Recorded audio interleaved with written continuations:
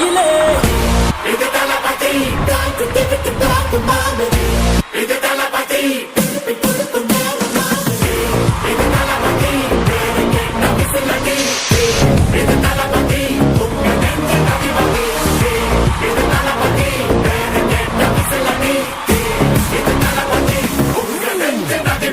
அவன் ஒரே சொத்து அவன் தைரியம் தான்.